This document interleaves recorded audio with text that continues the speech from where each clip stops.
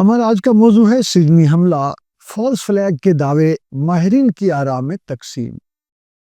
Sydney کے بونڈائی بیچ پر یہودیوں کی تقریب کو نشانہ بنانے والے حملے کے بعد جہاں آسٹریلوی حکام تحقیقات میں مصروف ہیں، وہیں بعض عالمی تجزیہ کاروں کی جانب سے اس واقعے کے بارے میں متنازع دعوے بھی سامنے آئے ہیں۔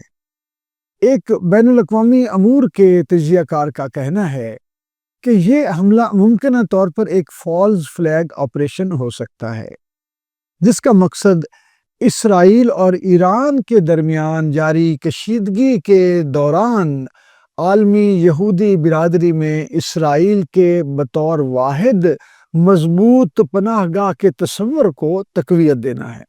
ان کے مطابق حالیہ مہینوں میں اسرائیل سے یہودیوں کے انخلاء اور اندرونی عدم اعتماد میں اضافہ اسرائیلی قیادت کے لیے ایک چیلنج بن چکا ہے۔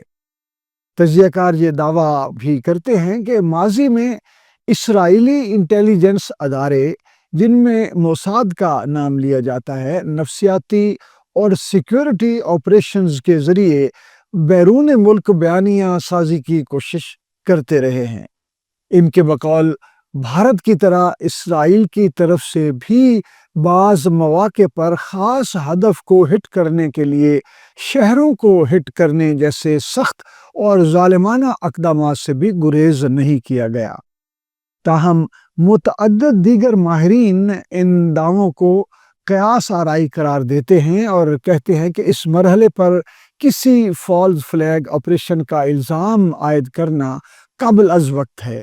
ان کے مطابق سڈنی حملے سے متعلق تاحال کوئی ایسا ٹھوس ثبوت سامنے نہیں آیا جو ریاستی سطح پر منظم کارروائی کی تصدیق کرے۔ اسرائیلی حکومت اور سیکیورٹی اداروں نے ایرانی سائنسدانوں اور عسکری قیادت پر کامیاب حملوں کے بعد ماضی میں اکثر اس نوعیت کے الزامات کو مسترد کرتے ہوئے کہا ہے کہ بیرون ملک یہودیوں کو نشانہ بنانے والے حملے دراصل یہود مخالف انتہا پسندی کا نتیجہ ہوتے ہیں، نہ کہ کسی ریاستی حکمت عملی کا حصہ۔